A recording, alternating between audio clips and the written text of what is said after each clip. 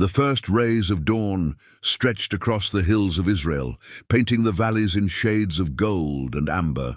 Morning mist clung to the olive groves, while shepherds gathered their flocks from the hillsides.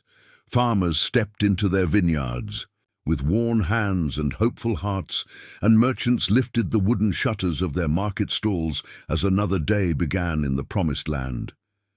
To a stranger, Israel appeared peaceful, prosperous, and secure. Yet beneath the quiet rhythm of everyday life, the nation was changing. For generations, Israel had been unlike every kingdom that surrounded it. While neighboring nations were ruled by kings who sat upon magnificent thrones, Israel answered to no earthly ruler. Their king was the Lord, the God who had brought their fathers out of Egypt with a mighty hand, who had parted the Red Sea, who had fed them in the wilderness, and who had given them the land flowing with milk and honey. Whenever danger arose, he raised up judges to deliver his people. When they cried out to him in repentance, he answered with mercy. Their history was written not by the strength of kings, but by the faithfulness of God. Yet time has a way of softening even the strongest. Memories. The children who had grown up hearing stories of the Exodus had become parents and grandparents themselves. The miracles that had once filled the nation with awe had become stories repeated around evening fires. Familiarity slowly replaced wonder, and gratitude quietly gave way to longing. The nations surrounding Israel seemed powerful. They possessed fortified cities, disciplined armies, gleaming weapons of iron, and kings who inspired fear across the land. Israel looked at herself and wondered why she remained different. The Philistines had become a constant threat. Their armies were organized, their cities heavily defended, and their influence continued to spread. Villages near the western border lived with uncertainty, never knowing when another raid might come. Families repaired broken walls, sharpened farming tools that often served as weapons, and prayed that the next harvest would not be stolen before it could be gathered. Although the Lord had delivered Israel many times before, fear has a quiet voice that grows louder when faith grows weak. Among the people, one man still commanded universal respect: Samuel. From his youth, Samuel had belonged entirely to the Lord. As a child, he had heard God's voice in the sanctuary at Shiloh. As a prophet, not one of his words had fallen to the ground. Kings did not yet exist in Israel, but if there was one man whose authority reached every tribe, it was Samuel. Year after year he traveled throughout the land, judging disputes, calling the people to repentance, and reminding them of the covenant God had made with their fathers. But Samuel was no longer young. The years had bent his back ever so slightly, and silvered the hair upon his head. His eyes remained clear, and his voice carried the same authority it always had, but those who knew him well could see that age had begun to slow his steps. He understood that his days as Israel's judge would not last forever. Wanting the work to continue, Samuel appointed his sons, Joel and Abijah, to serve as judges in Beersheba. It was the decision of a father who hoped his children would continue the work he loved, but they did not possess their father's heart. Where Samuel sought justice, they sought profit. Where Samuel listened with compassion, they measured every case by what it could bring them. A widow entered their court, seeking justice after dishonest men seized part of her vineyard. She left with tears because she could not afford the silver needed to buy a favorable judgment. A farmer accused a wealthy neighbor of moving the boundary stones that marked his inheritance. Witnesses spoke truthfully, but truth carried little weight when weighed against a heavy purse. Travelers carried these stories from village to village. Samuel is righteous, but his sons are not. The words spread quietly at first, then openly, then everywhere. Concern settled over the nation. What will become of Israel when Samuel is gone? The question echoed around evening meals, among shepherds, watching their flocks beneath the stars, and in the marketplaces where merchants exchanged news as often as they exchanged grain. Some still believed the Lord would provide another judge, just as he always had. Others no longer wished to wait.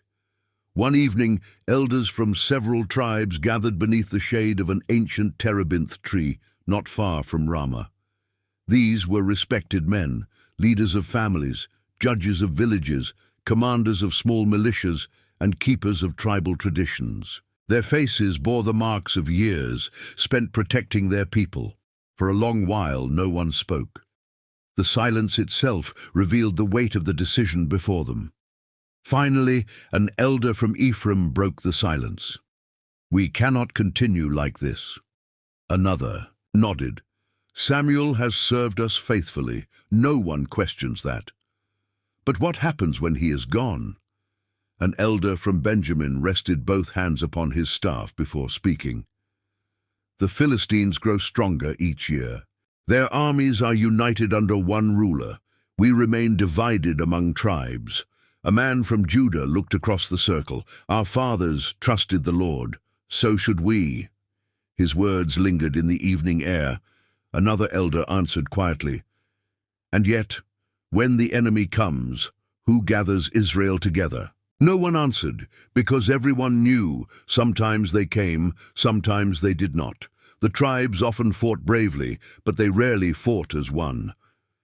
The discussion continued long after sunset. Voices remained respectful, but opinions differed. Some feared abandoning the way God had always led Israel. Others believed the nation needed stability, visible leadership, and a permanent ruler. By the time dawn approached, their minds had been made up. They would go to Samuel, not to ask for another judge, not to ask for another prophet. They would ask for something Israel had never possessed: a king. The following morning, their small caravan made its way toward Ramah. Dust rose beneath the hooves of their donkeys as they followed winding roads through vineyards and rocky hills. Along the journey, ordinary Israelites greeted them with respect, unaware that the decision these men carried would reshape the future of the nation. As Ramah appeared on the horizon, Samuel was already beginning another day. He greeted visitors as he always had, listened to disputes with patience, and instructed young men in the law of Moses. To him, it seemed like another ordinary morning. He did not yet know that before the sun set, Israel would ask to exchange the unseen rule of God for the visible rule of a man. The elders reached Samuel's house just as the morning breeze stirred the branches of the nearby olive trees. They paused outside the entrance, each silently gathering the courage to speak. Samuel stepped outside.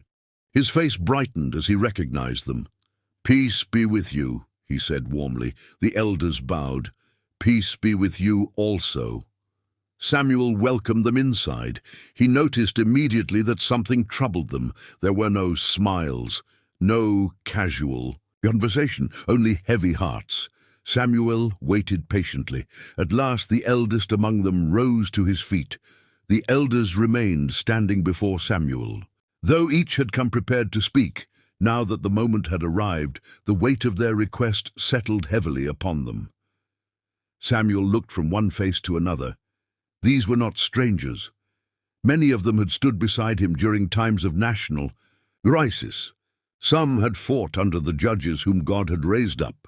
Others had watched the Lord deliver Israel from impossible battles, yet today there was uncertainty in every eye. Samuel invited them to sit. The room remained quiet as servants brought water for their guests. No one reached for it. The silence itself seemed to reveal that the words about to be spoken would forever alter the history of Israel. Finally, the eldest among them drew a slow breath.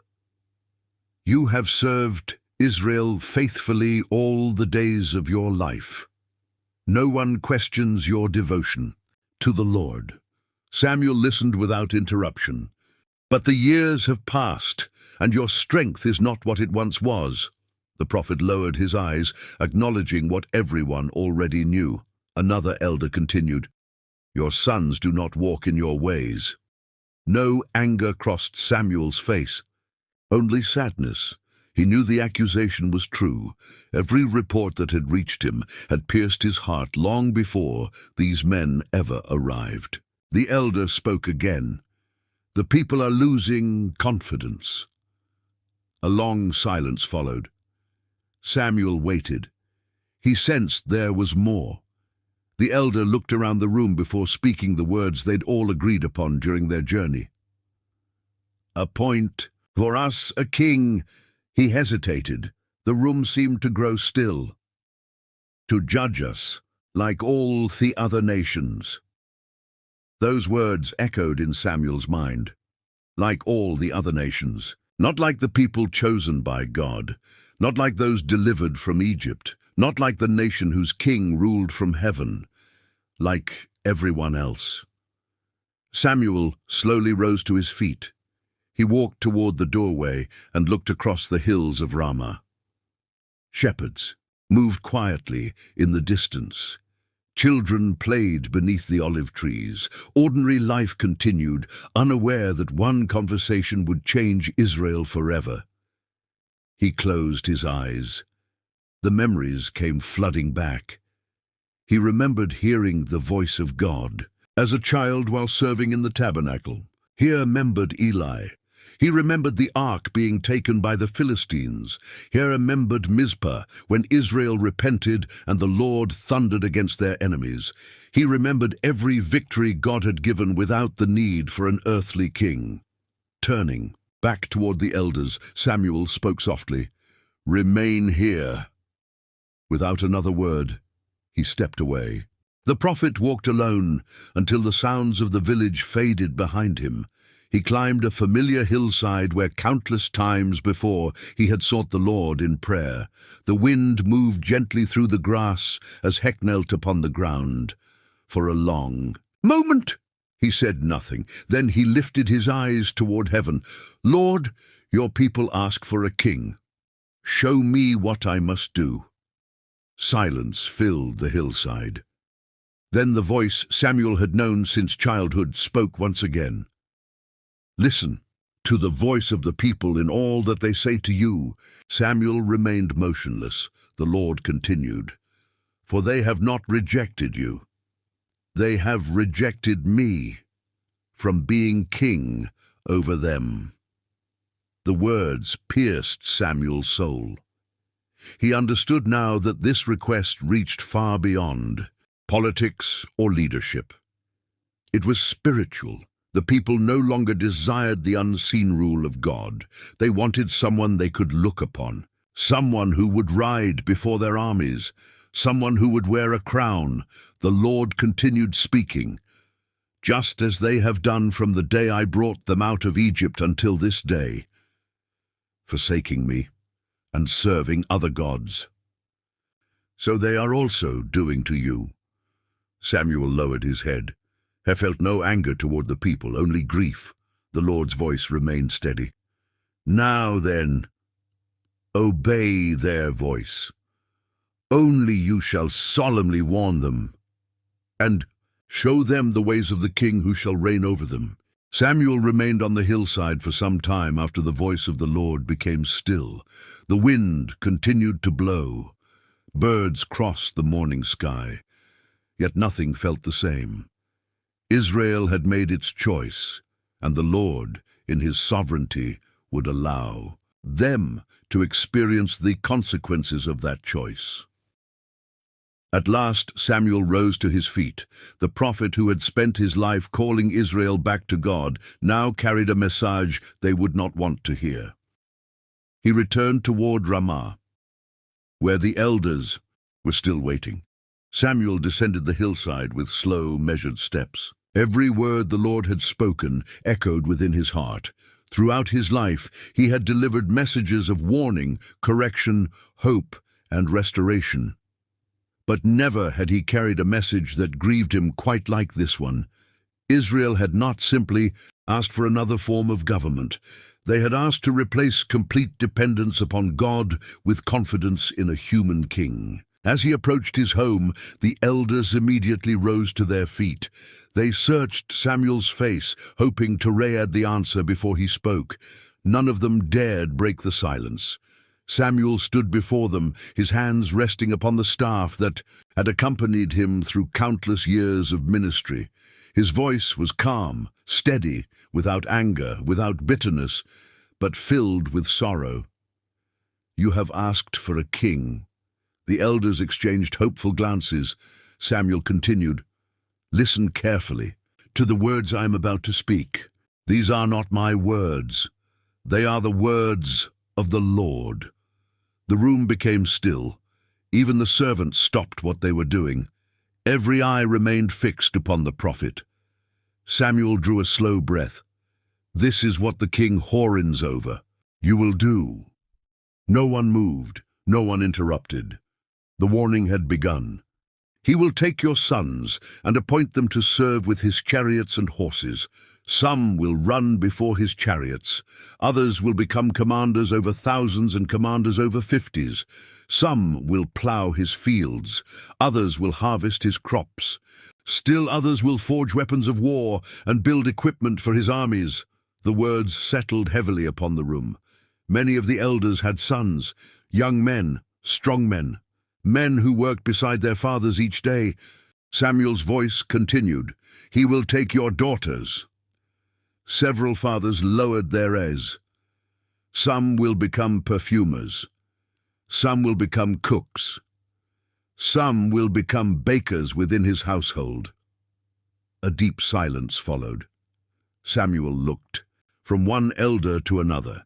He could see that some had begun to understand, but he had not yet finished. "He will take the best of your fields, the finest vineyards, the richest olive groves. He will give them to those who serve him." One elder quietly shook his head. Another stared toward the floor.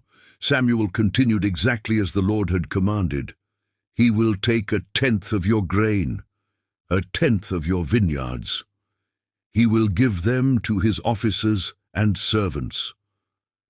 The prophet's words were neither exaggerated nor softened. Every sentence carried the weight of truth. "He will take your male servants, your female servants, your strongest young men, even your donkeys, and they will labor for him." Outside, the afternoon breeze stirred the branches of nearby olive trees. Inside, no one spoke. Samuel's final warning came slowly, almost reluctantly. "You yourselves," he paused, "will become his servants."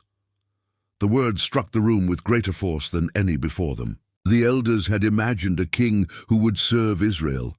They had not imagined Israel serving the king. Samuel looked toward each of them before speaking once more. "When that day comes, you will cry out because of the king you have chosen." Another pause, longer this time. "But the Lord will not answer you."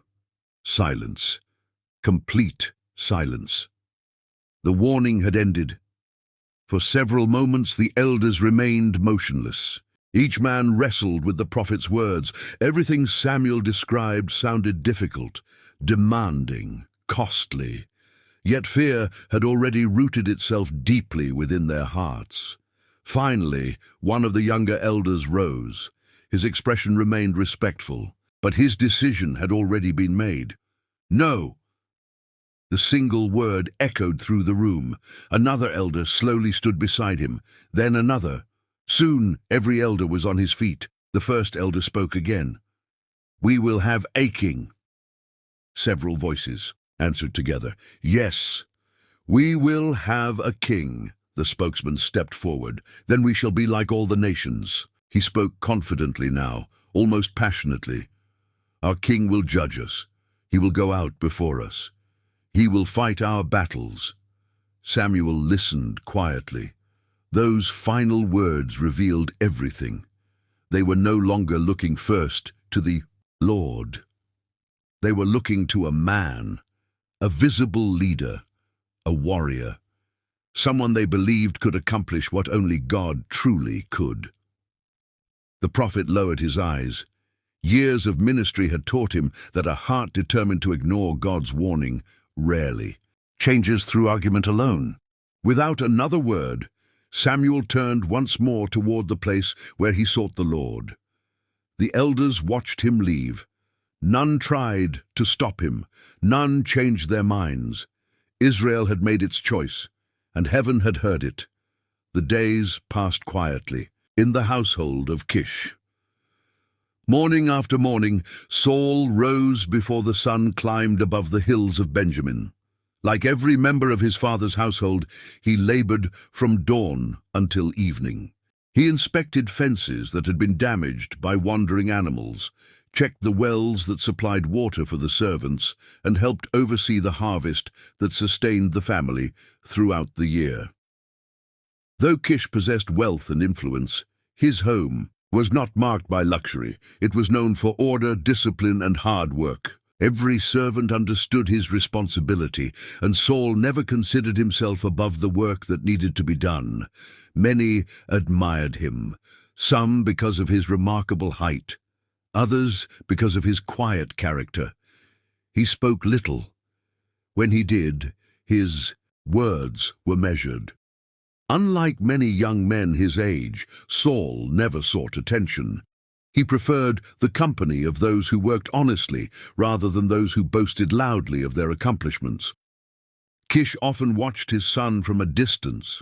There was strength in the young man, not only in his broad shoulders or powerful hands, but in his willingness to serve.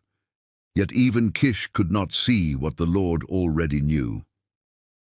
One ordinary morning, a servant's prepared for another day's work. Hurried footsteps crossed the courtyard. A servant approached Kish, breathing heavily. "Master, the donkeys are gone." Kish immediately looked toward the pasture beyond the stone wall. Several animals were indeed missing.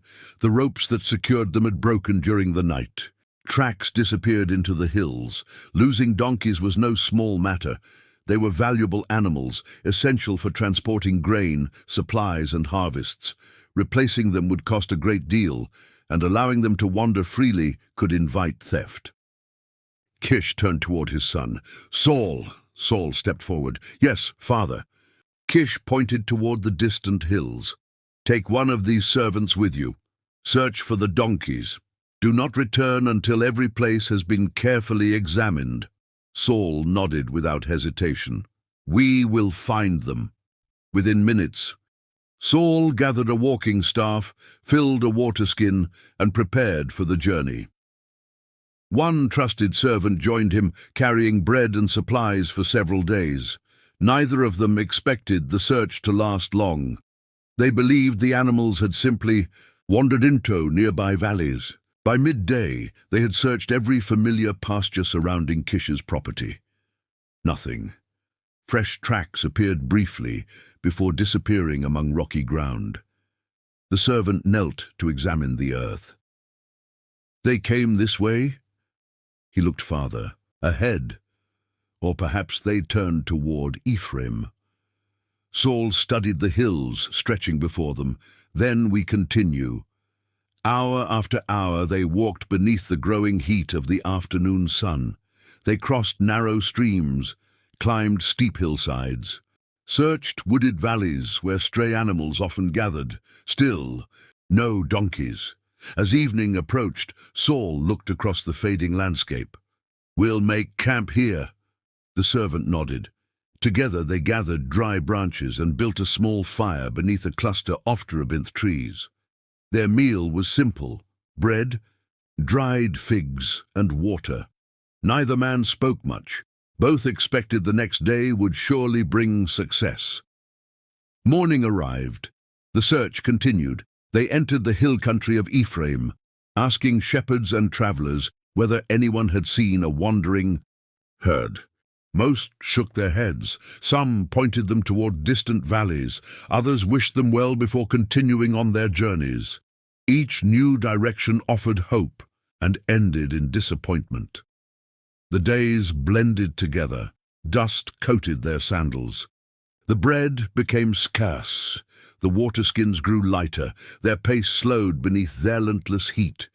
Yet Saul refused to abandon the search. Every evening, he reviewed the paths they had taken. Every morning, he chose another direction. The servant admired his determination. Many men would have returned home already. Saul continued forward. By the third day they entered the land of Shalisha. Again they searched. Again they found nothing. They continued into Shalim. Nothing. Across the territory of Benjamin. Still nothing. The silence between them grew longer with each passing mile. At last, as the afternoon sun leaned toward the western sky, Saul stopped upon a rocky hillside overlooking the land of Zuph. He remained there quietly. His servant waited. Finally Saul spoke. "We have searched everywhere." He looked back toward the direction of home. "My father will no longer be thinking about the donkeys." Another pause. "He will be worrying about us." The servant understood. They had been gone longer than expected. Families often feared the worst when travelers failed to return. Bandits roamed isolated roads. Wild animals still inhabited remote valleys. Every extra day increased the concern waiting back home. Saul sighed. "Come, let us return." The servant hesitated. He looked toward the nearby city resting quietly among the hills. A thoughtful expression crossed his face. An idea had come to him, one that would change everything. The servant looked once more toward the distant city before turning back to Saul. Throughout their journey, he'd remained respectful, speaking only when necessary. Yet now he stepped forward with quiet confidence, as though remembering something he had almost overlooked. "Please listen." Saul stopped. The servant pointed toward the city nestled among the hills. "There is a man of God in that city." Saul followed his gaze. The city appeared peaceful beneath the afternoon sun. Stone homes climbed the hillside, surrounded by vineyards and olive groves. Smoke drifted gently into the sky as families prepared the evening meal. The servant continued, "He is a man held in great honor. Everything he says comes to pass. Perhaps he can tell us which way we should go." Saul remained silent. He had heard of men whom God used to speak his word, but his thoughts remained fixed upon a more practical concern. "If we go, what shall we bring him?" He opened the small leather bag hanging from his shoulder. Only crumbs remained. Their bread had been eaten during the journey. "Our food is gone. We have no gift.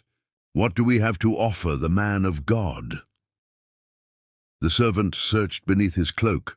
After a moment he smiled slightly. From a small pouch he removed a single piece of silver. It was not much, but it was enough. Holding it in the palm of his hand, he showed it to Saul. "I have 1/4 of a shekel of silver. We can give it to the man of God. Perhaps he will tell us our way." Saul looked thoughtfully at the coin. Then he looked once more toward the city. For 3 days they had searched without success. Every path had ended in disappointment. Perhaps this was the answer they had been looking for. He nodded. "Very well. Come, let us go." Together they descended the hillside and began walking toward the city. As they drew nearer, several young women carrying water jars emerged from the city gate. Laughing together after filling their jars at the spring, they started back toward their homes. Saul approached them politely. "Excuse me." The women stopped. "Is the seer here?" One of the young women smiled. "Yes," she pointed toward the road ahead. "He is just ahead of you." Another added eagerly, "Hurry. He has come today because the people are offering a sacrifice at the high place." A third continued, "If you enter the city now, you will find him before he goes up to the meal." The women spoke almost excitedly. "The people will not begin eating until he arrives. He blesses the sacrifice first. Afterward, the invited guests will eat." She smiled warmly. "Go quickly. You should find him now." Saul thanked them. "May the Lord bless you." The women continued toward the spring while Saul and the servant hurried toward the city gate. Neither of them realized that every step had already been arranged by the Lord. The missing donkeys, the long journey, the empty bread bag, even the servant's single piece of silver. None of it had happened by chance. The day before Saul arrived, the Lord had already spoken to Samuel. While the prophet prayed, the voice of God came to him with unmistakable clarity. "Tomorrow, about this time, I will send you a man from the land of Benjamin." Samuel listened carefully. The Lord continued, "You shall anoint him ruler over my people Israel. He shall save my people from the hand of the Philistines, for I have looked upon my people, because their cry has come to me." Samuel carried those words in his heart throughout the entire day. He knew someone would come. He simply did not know who. Now, as Saul walked through the city gate, Samuel happened to be walking toward the high place. The prophet looked across the street. His eyes rested upon the tall young Benjaminite, strong, humble, travel-worn, unaware that heaven had been preparing this meeting long before he was born. Before Samuel could speak, the Lord spoke once again. "Here is the man of whom I spoke to you. He shall govern my people." Samuel's eyes remained fixed upon Saul. The search for lost donkeys was over. The search for Israel's first king had just begun. Saul continued walking through the gate, unaware that every eye watching him saw only a traveler, weary from a long journey. His sandals were coated with dust, his cloak carried the marks of days spent crossing hills and valleys, and the servant beside him looked no less exhausted. To everyone else, they were simply two men searching for direction. But Samuel knew otherwise. The words of the Lord still echoed within his heart. "Here is the man of whom I spoke to you." For a moment, the prophet simply watched, not because Saul appeared like a king, although he certainly possessed the stature, not because he carried himself with authority, although confidence marked his every step.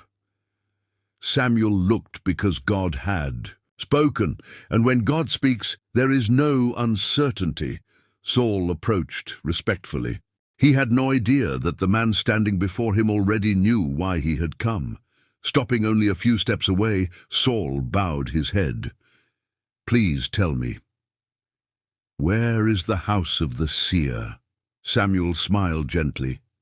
There was kindness in his eyes. The young man before him expected directions. Instead, he was about to receive a calling. "I am the seer." Saul looked surprised. The servant glanced toward Samuel with quiet amazement. Samuel continued, "Go up before me to the high place. Today you shall eat with me. Tomorrow I will send you on your way." Then Samuel looked directly into Saul's eyes. His next words stopped the young Benjaminite completely. "And I will tell you all that is in your heart." Saul remained silent. How could this man know the questions filling his mind? Before Saul could ask another word, Samuel spoke again. "As for the donkeys that were lost 3 days ago, do not be anxious about them." Saul's eyes widened. Samuel had never been told about the donkeys. No messenger had arrived. No servant had spoken, yet somehow he knew. Samuel smiled. "They have been found." Relief washed over Saul's face. The burden he had carried for days suddenly disappeared. But Samuel was not finished. His voice became quieter, more deliberate. "And upon whom is all the desire of Israel?" A pause. Then, "Is it not upon you, and upon all your father's house?" Saul stared at him. He searched Samuel's face, wondering if he had misunderstood. Surely the prophet was speaking of someone else. He took a slow breath before answering. "Am I not a Benjaminite, from the smallest of the tribes of Israel?" He lowered his eyes. "Is not my family the least among all the families of Benjamin?" Another pause. "Why then, have you spoken to me in this way?" Samuel did not answer immediately. Instead, he placed a gentle hand upon Saul's shoulder. "Come, there is much for you to see." Together they climbed the road leading toward the high place. The city was alive with preparation. Families carried baskets filled with bread and fruit. Priests arranged the sacrifice. Children hurried through the streets with excitement. Word had spread that Samuel himself would bless the offering before the feast began. As Saul walked beside the prophet, people respectfully stepped aside. Many greeted Samuel. Some looked curiously at the unusually tall stranger walking beside him. None realized that the future king of Israel had just entered their city. At the entrance to the banquet hall, nearly 30 invited guests had already gathered. Conversations filled the room. Laughter echoed against the stone walls. The aroma of roasted meat drifted through the air. When Samuel entered, every conversation stopped. The guests immediately stood. Samuel acknowledged them with a nod. Then, to everyone's surprise, he turned toward Saul. Without hesitation, Samuel led him to the seat of highest honor. Whispers spread throughout the room. "Who is she? I've never seen him before." Why would Samuel honor a stranger? Saul himself seemed uncomfortable. He looked around the room, wondering whether some mistake had been made. Samuel called to the cook, "Bring the portion I gave you, the one I told you to set aside." The cook smiled. He had been waiting for this moment. Carefully, he brought forward the choicest portion of meat, not the leftovers, not an ordinary serving. The portion reserved for the guest of greatest honor. He placed it before Saul. Samuel looked at him. "See, what has been kept for you. It was reserved for this very occasion." Saul looked down at the meal, then back toward Samuel. Questions filled his mind faster than answers. Why had this food been prepared? Why had a place been reserved? How had Samuel known he would come? Everything about the day felt impossible. Yet deep within his heart, he sensed that his journey had become something far greater than the search for a few lost donkeys. A sevening settled over Ramah. Saul took his place among the honored guests. Without realizing it, he had already begun walking the path that would lead him to a crown. The evening feast continued long after. The sun had disappeared beyond the hills of Ramah. Oil lamps flickered against the stone walls, filling the room with a warm golden light. Laughter and conversation rose and fell among the guests. Yet Saul found himself speaking very little. His thoughts remained fixed upon Samuel's words. "Upon whom is all the desire of Israel? Is it not upon you?" The question refused to leave his mind. He replayed every moment of the day. The young women at the well, the unexpected meeting at the city gate, the prophet who already knew about the lost donkeys, the seat of honor, the portion of food prepared before his arrival. None of it made sense. Several times Saul glanced toward Samuel, hoping the prophet might explain himself. But Samuel remained calm. He spoke with the other guests, blessed the meal, and answered their questions as though nothing unusual had happened. At last, the feast came to an end. One by one, the guests departed into the cool evening air. The streets of Ramah gradually grew quiet. Samuel turned toward Saul. "Come." Together, they walked through the narrow streets until they reached Samuel's house. Instead of retiring immediately for the night, the prophet led Saul to the flat rooftop where the evening breeze offered relief from the warmth of the day. Above them, countless stars stretched across the heavens, the same stars the Lord had once shown Abraham, the same stars beneath which generations of Israelites had remembered God's covenant. For a long time, neither man spoke. The silence was peaceful. Samuel seemed in a hurry. Finally, he looked toward Saul. "Tell me, what troubles your heart?" Saul hesitated. He had come searching for donkeys. Now he found himself sitting beside the prophet of Israel beneath a sky full of stars. He searched for words. Everything That has happened today. You do not understand. Samuel smiled gently. Understanding comes one step at a time. Again, silence settled between them. Samuel knew what the following morning would bring. Saul did not.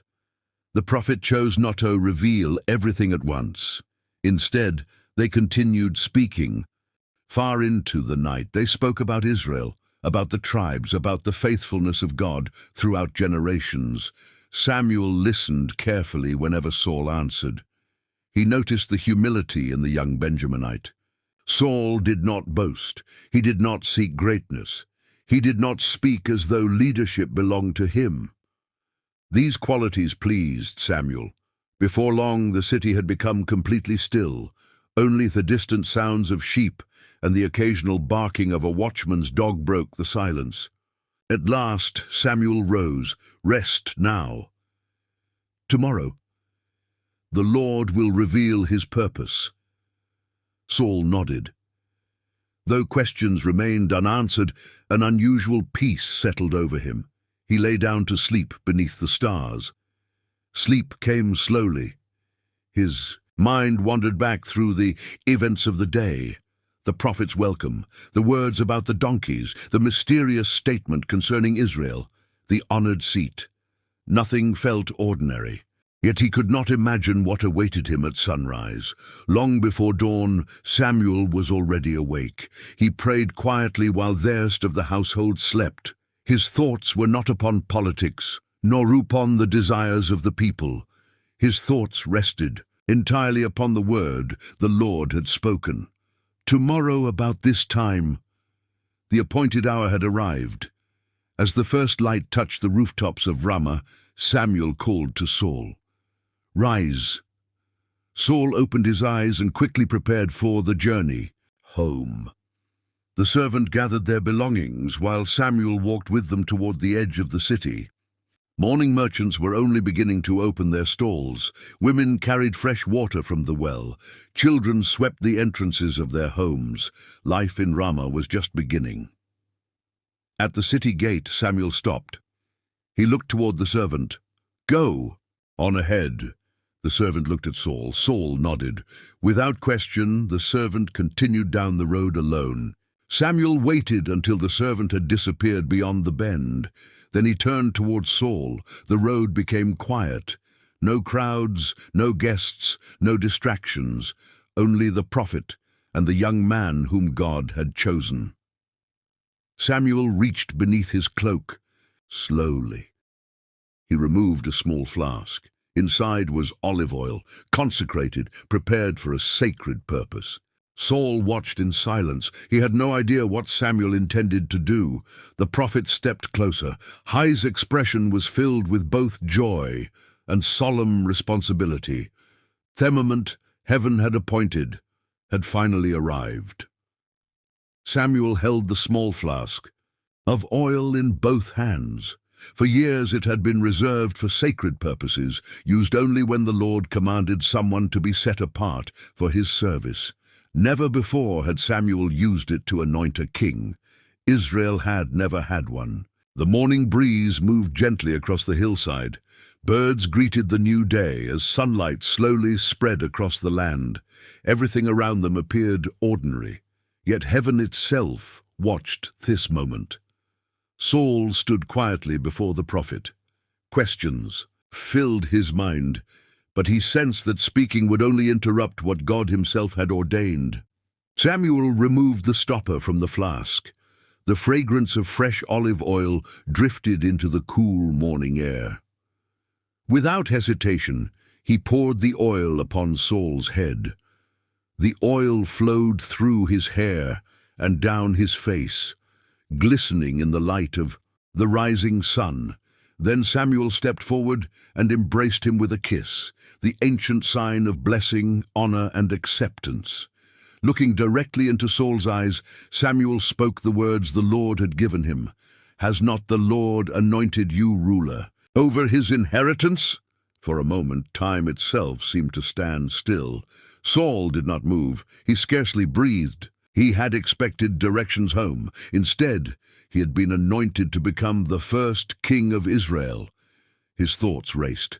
Surely there had been some mistake.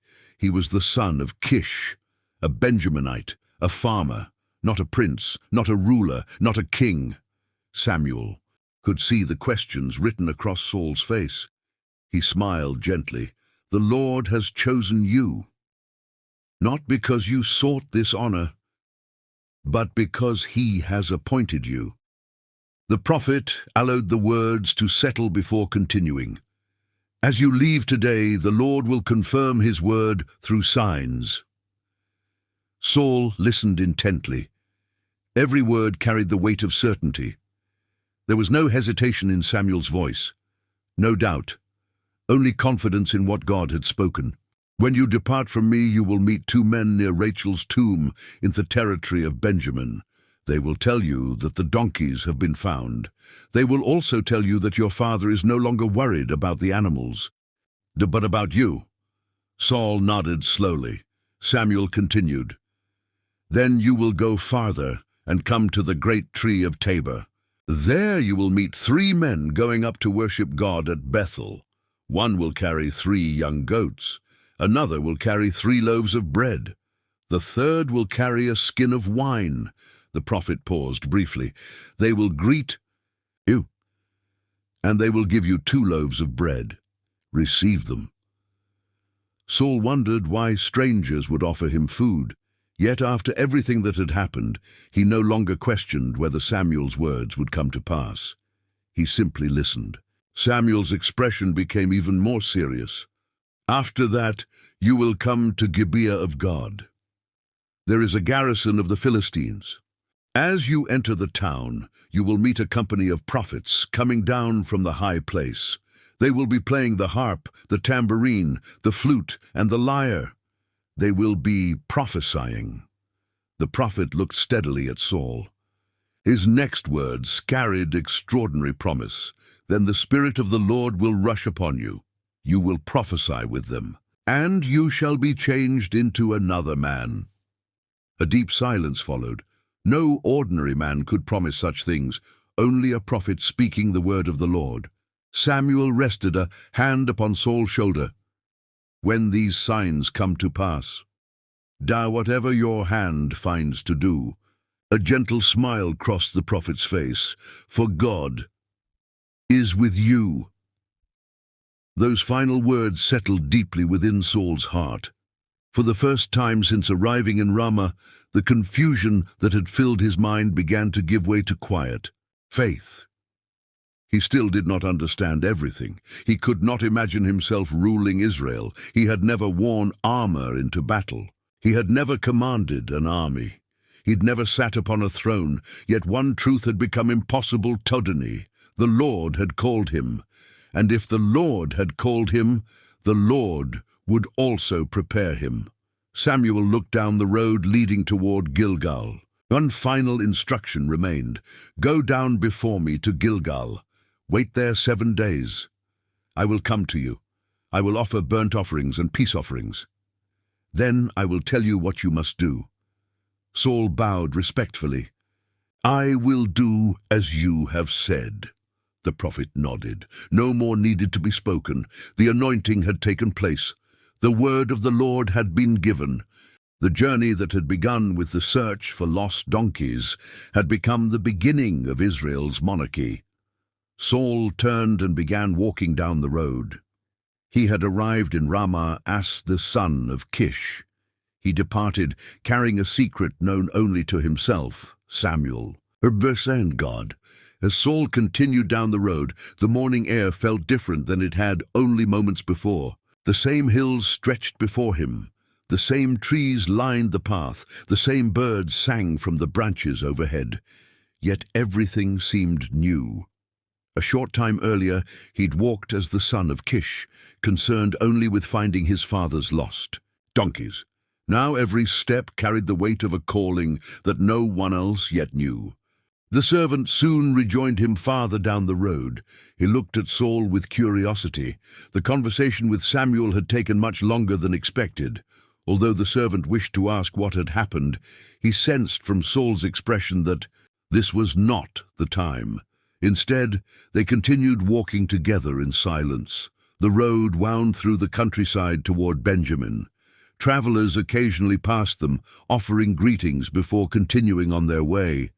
Shepherds guided their flocks across the hills, and farmers labored beneath the morning sun, unaware that the man walking quietly among them had just been chosen to become Israel's first king. Before long, two men appeared ahead on the road. They drew nearer. They looked directly at Saul, as though they had been expecting him. One of them smiled. "The donkeys you went looking for have been found." Saul immediately stopped. The servant looked at him in astonishment. Neither of them had spoken of the missing animals to anyone since leaving Samuel. The man continued, "Your father is no longer concerned about the donkeys." He paused. "Now he is worried about you. He keeps asking, 'What shall I do about my son?'" The two travelers offered no further explanation. After speaking, they continued on their journey as though nothing unusual had happened. Saul watched them disappear into the distance. Then he slowly looked toward the servant. Neither man spoke. There was no need. The first sign had come to pass exactly as Samuel had said. The servant finally broke the silence. "Just as the man of God declared." Saul nodded quietly. A mixture of wonder and reverence filled his heart. The words Samuel had spoken were not guesses. They were the very words of the Lord.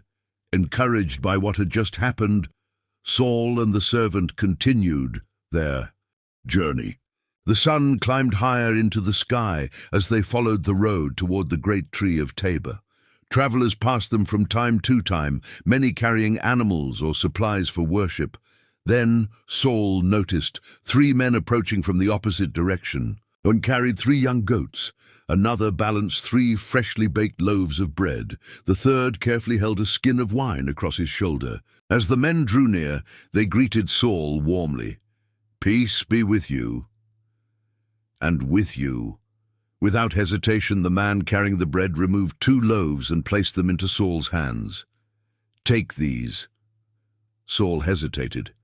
Samuel's words immediately returned to his mind. "They will greet you and give you 2 loaves of bread. Receive them." He accepted the bread with gratitude. "May the Lord bless you." The 3 worshippers smiled before continuing toward Bethel. Once again, Saul stood silently. Another sign, perfectly fulfilled. Not one detail had failed. The servant looked at the bread now resting in Saul's hands. He shook his head in amazement. Everything Samuel spoke has happened. Saul looked toward the heavens. He said nothing. But within his heart, faith was beginning to place uncertainty. The Lord truly had spoken. They continued walking until the hills of Gilboa appeared in the distance. The town rested upon elevated ground, overlooking the surrounding countryside. Near its outskirts stood a Philistine garrison, a constant reminder that Israel still lived under the shadow of foreign oppression. Saul remembered Samuel's final promise. One sign remained, the greatest of them all. As they entered the town, the sound of music drifted through the streets. At first it was faint, then gradually it grew louder. The melodies of harps blended with the rhythm of tambourines. Flutes joined the harmony. The joyful sound echoed from the high place above the city. Soon a company of prophets came into view. Their faces were filled with praise as they descended the hillside, singing and proclaiming the greatness of God. Saul stopped. His heart began to beat faster. Samuel had described this moment perfectly. Every detail, every sound, every step. He watched as the prophets drew closer, unaware that within moments his own life would be changed forever. The company of prophets came steadily down the hillside, their voices rising together in songs of praise to the Lord. The music echoed across the valley as harps, tambourines, flutes, and lyres blended into a joyful harmony. They were completely absorbed in worship, their hearts fixed upon God rather than the people watching them pass. Saul stood still. Everything Samuel had spoken was unfolding before his eyes. The servant looked from the prophets to Saul, remembering every word the prophet had spoken that morning. The musicians drew closer. The voices became stronger. Every note seemed to fill the air with expectation. Then, without warning, the Spirit of the Lord came powerfully upon Saul. It was unlike anything he had ever experienced. A strength beyond human understanding filled his heart. The fear that had lingered since leaving Ramah suddenly disappeared. The uncertainty that had clouded his thoughts gave way to complete confidence in the presence of God. Before Saul himself realized what was happening, words of praise began flowing from his lips. He stepped among the prophets. Together they proclaimed the greatness of the Lord. The servant watched in astonishment. Only hours earlier, Saul had been an ordinary young man searching for lost animals across the hills of Benjamin. Now, the Spirit of God rested upon him. People from the surrounding area began gathering. Some recognized Saul immediately. They'd known him for years. They had traded with his family, worked beside him, walked the same roads. Never had they seen him like this. One man whispered to another, "Is that not Saul, the son of Kish?" The other looked again. "It is." Another voice joined them. "What has happened to him?" More people gathered. They watched Saul prophesying alongside the company of prophets with amazement written across their faces. Finally, one of the older men spoke aloud. "What has happened to the son of Kish?" The question quickly spread through the crowd. Again, someone asked, "Is Saul also among the prophets?" The words passed from person to person until nearly everyone standing there repeated them. "Is Saul also among the prophets?" The saying spread throughout Benjamin. Long after that day had passed, people would continue repeating those words whenever. Someone appeared completely changed by the work of God, as suddenly as it had begun. The moment came to an end. The music slowly faded. The prophets continued on their journey. Saul stood quietly, breathing deeply. His heart was filled with peace unlike anything he had ever known. He understood now. Every sign Samuel had spoken had been fulfilled exactly. Not one had failed. The Lord had confirmed his word. The servant approached carefully. For a moment he simply looked at Saul. Finally he smiled. "The Lord truly is with you." Saul looked toward the heavens before quietly answering, "Everything Samuel said has come to pass." They resumed their journey toward Gilboa. As they walked, Saul's thoughts returned again and again to the prophet's words. "The Lord has anointed you ruler over his inheritance." The responsibility felt overwhelming. How could he lead an entire nation? He had never commanded soldiers. He had never governed cities. He had never imagined wearing a crown. Yet God had not asked whether Saul believed himself capable. God had simply called him. By late afternoon, the familiar hills surrounding his father's home came into view. Servants working in the fields noticed Saul returning and hurried to announce his arrival. Within moments, Kish stepped into the courtyard. Relief immediately filled his face. He walked quickly toward his son. "Saul, you have returned." Saul embraced his father. "The donkeys have been found."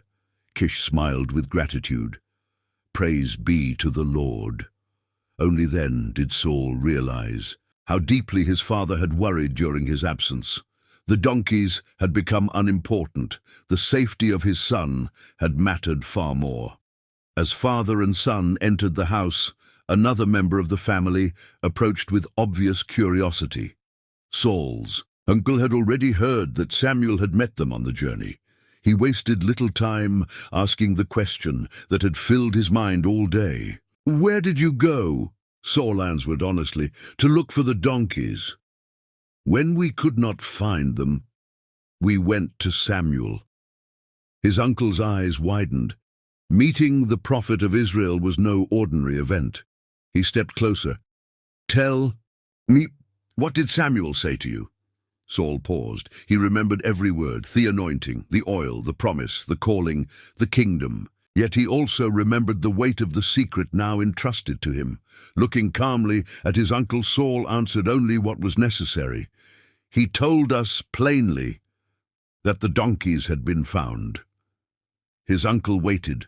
Surely there must be more. But Saul said nothing else. The kingdom remained a secret, known only by Samuel, by Saul, and by the Lord. Saul carried the secret quietly within his heart. The conversation with his uncle ended, and life in Kish's household returned to its familiar rhythm. The servants resumed their work in the fields. The missing donkeys were safely returned to their enclosure, and the family gave thanks that both Saul and his companion had come home unharmed. To everyone else, it seemed as though nothing extraordinary had happened. Only Saul knew otherwise. Each morning he awoke remembering the oil that had been poured upon his head. Each evening he recalled Samuel's words, "The Lord has anointed you ruler over his inheritance." He often found himself looking toward the hills beyond his father's land, wondering what lay ahead. Questions filled his mind, but no answers came. Samuel had given him no date, no throne, no army, and no crown, only a promise and a command to wait. Several days passed.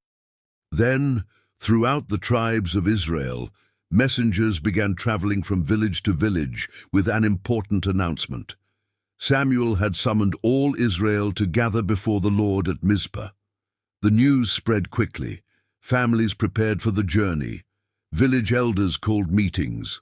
Men packed provisions for the road, while mothers gathered food and water for their households. No one knew exactly why Samuel had called the assembly. Some believed another sacrifice would be offered. Others expected a warning concerning the Philistines. A few remembered the prophet's promise. Perhaps the time had finally come. When Saul heard the announcement, he said nothing. He simply prepared to travel with the men of Benjamin, carrying within him a secret that no one else around him could imagine. The roads leading toward Mizpah became crowded. Entire families walked together beneath the morning sun. Children laughed as they followed their parents. Older men leaned upon staffs worn smooth by years of travel. Young men spoke excitedly about what Samuel might announce.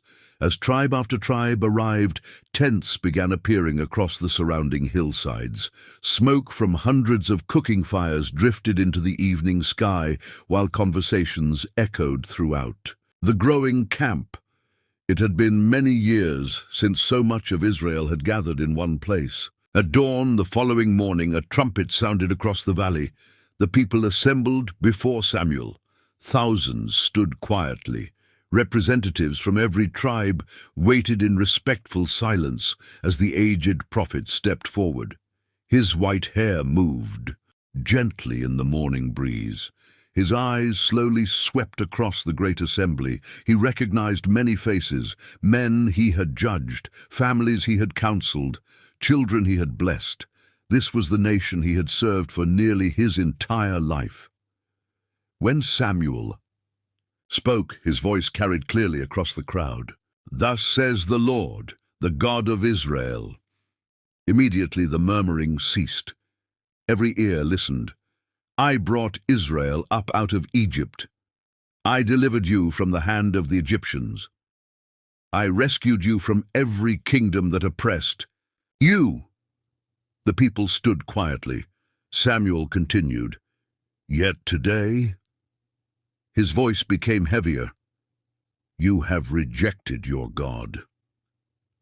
A hush settled over the valley. "The very God who saves you from all your calamities and all your distress." Samuel paused. His next words carried the weight of heaven itself. "You have said, 'Set a king over us.'" No one answered. Many lowered their eyes. Others shifted uncomfortably where they stood. Samuel had spoken the truth before the entire nation. Not one person could deny it. After a long silence, Samuel lifted his staff. Now, therefore, present yourselves before the Lord, by your tribes and by your clans. The assembly stirred. This was no ordinary gathering. The Lord himself would reveal his chosen servant. The priests prepared the sacred lots according to the custom of Israel. One by one, the tribes stepped forward. The entire nation watched in silence. Saul stood quietly among the men of Benjamin. His heart beat steadily. He remembered every word Samuel had spoken on the road outside Ramah. Yet even now, he could scarcely believe what was about to happen. The moment of revelation had arrived. The priests stepped forward carrying these sacred lots, and a hush settled over the assembly. Thousands of eyes watched in silence as the representatives of each tribe stood before the Lord. No man could influence the outcome. No elder could argue his case. No family could claim the honor for itself. The decision belonged entirely to God.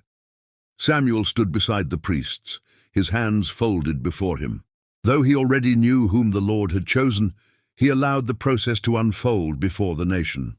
Israel had asked for a king, but the king would not be appointed by popular opinion. He would be revealed by the Lord himself. One by one, the tribes presented themselves. The lot was cast. The people waited. Then the answer was made known. The tribe of Benjamin had been taken. A ripple of excitement passed through the assembly. Men from Benjamin looked at one another with surprise, while the remaining tribes stepped back in respectful silence. Among the Benjaminites, whispers spread quickly as families wondered who among them had been chosen. The clans of Benjamin now came forward. Again the lots were cast. Again the crowd waited. The clan of the Matrites was taken. Now the silence became almost unbearable. Only one family remained. Saul stood motionless. His heart pounded within his chest. He remembered the oil. He remembered Samuel's words. He remembered every sign that the Lord had faithfully fulfilled. The final lot was cast. The answer was unmistakable. Saul, the son of Kish. For a brief moment, no one moved. Then voices rose. Throughout the crowd, "Where is Saul? The son of Kish has been chosen. Bring him forward." Men from Benjamin looked around in confusion. Saul was nowhere to be seen.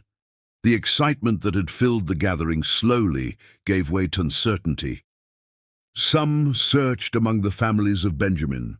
Others walked through the crowd calling his name. Fathers lifted children onto their shoulders to see farther across the assembly. Still, there was no sign of Saul. The murmuring grew louder. Has he gone home? Was there some mistake? Where is the man the Lord has chosen? Samuel remained calm. He knew the Lord would reveal the answer. The priests sought the Lord once more. A solemn silence fell over the people. Then the answer came. "Behold, he has hidden himself among the baggage." Immediately dozens of men hurried toward the place where supplies, tents, and travel bundles had been stacked upon arriving at Mizpah. They searched between wagons, behind large bundles of grain, among rolled tents and packs prepared for the journey home. Finally, one man shouted, "He's here!" Several others rushed to help. There, tucked behind the baggage, where few would think. To look stood Saul. He had not fled, he had not rebelled, he had hidden himself, not out of defiance, but because the weight of what lay before him seemed greater than he could bear. The men gently urged him forward. "Come, the Lord has chosen you." Saul hesitated. His eyes moved across the great gathering of Israel. Thousands of people. Every tribe, every family, every elder, every expectation rested upon him. Slowly, he stepped out from among the baggage. The crowd parted before him. As Saul walked toward Samuel, something became immediately clear to everyone present. He towered above the people. From his shoulders upward, no man in Israel stood taller. His height drew the attention of the entire assembly. Many who had questioned the Lord's choice moments before now looked upon Saul with admiration. Surely, this was a man who looked like a king. Samuel stepped forward beside him. He raised his hand, calling for silence. The voices faded until only the wind could be heard moving across the hills of Mizpah. Samuel looked first at Saul, then across the nation. "Do you see the man whom the Lord has chosen?" His words echoed across the valley. "There is no one like him among all the people." For a heartbeat, the entire nation stood silent. Then suddenly, a mighty shout rose from every tribe. "Long live the king!" The cry rolled across the hills like thunder. Again they shouted, "Long live the king!" Saul stood quietly before them. The cheers filled the air. Yet beneath the celebration, his heart remained humble. He had never sought this honor. He had never imagined this moment. And now, the burden of an entire nation rested upon his shoulders. The celebrations at Mizpah slowly faded into memory.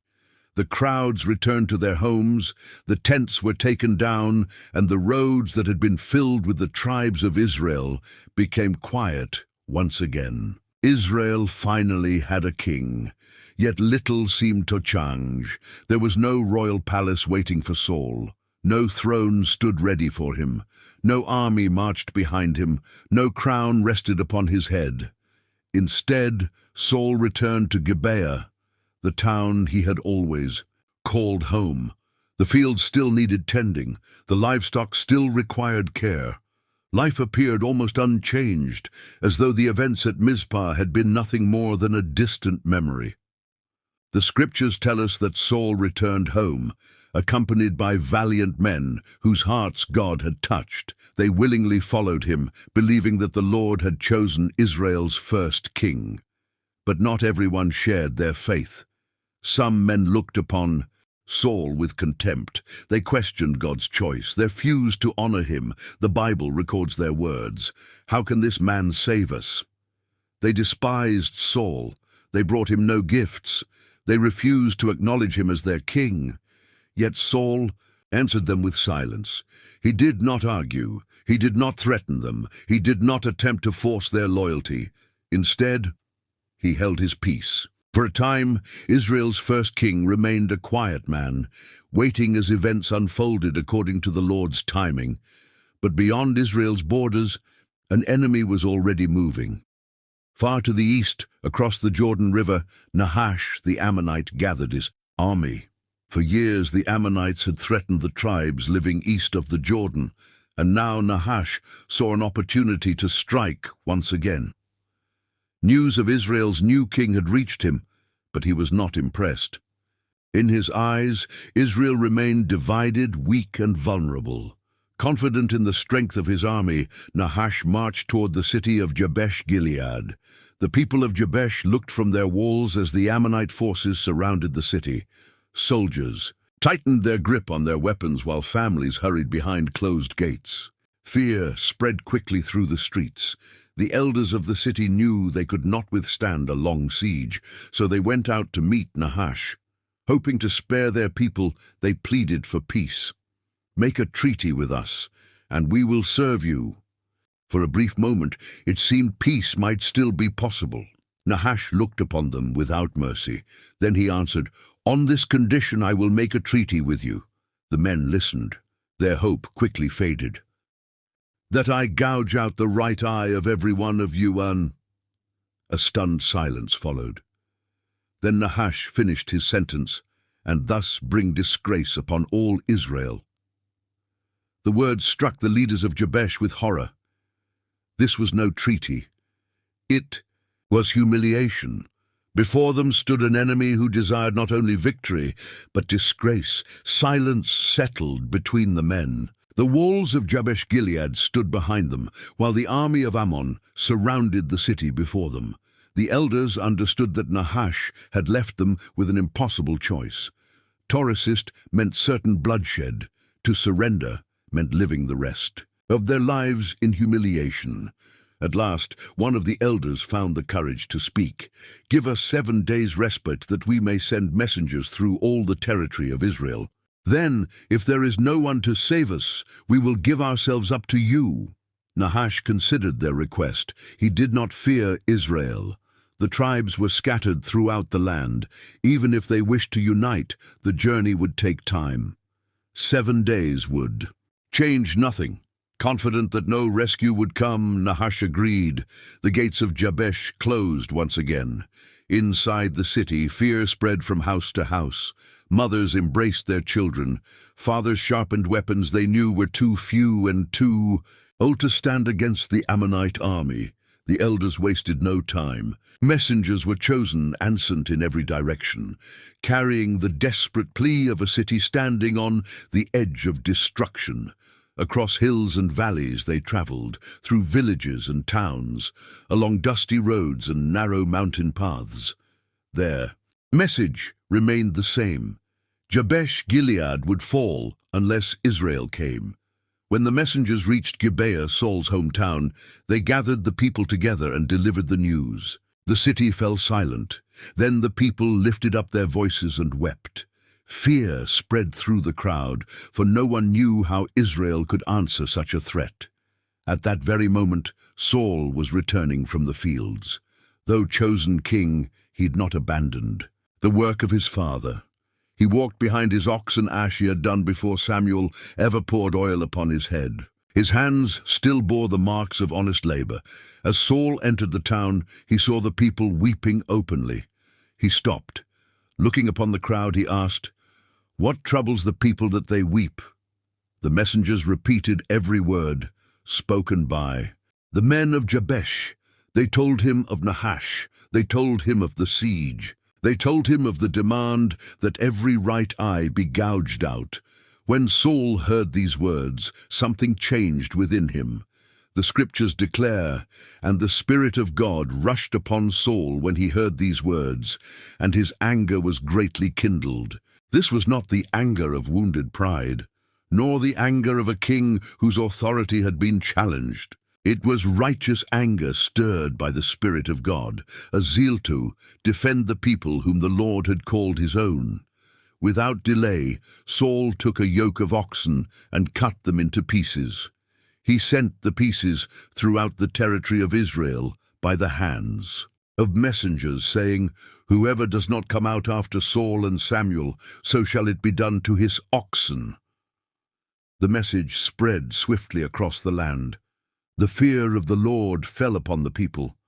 From every tribe, men gathered. They came from villages, hidden among the hills.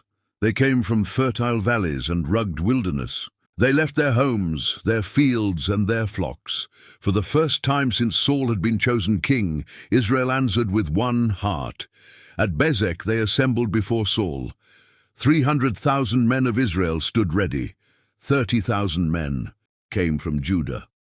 The army had gathered. Saul called for the messengers who'd come from Jabesh Gilead. "Thus shall you say to the men of Jabesh Gilead, tomorrow by the time the sun is hot you shall have salvation." The messengers departed immediately. When they returned to Jabesh, they delivered Saul's words. Hope filled the city.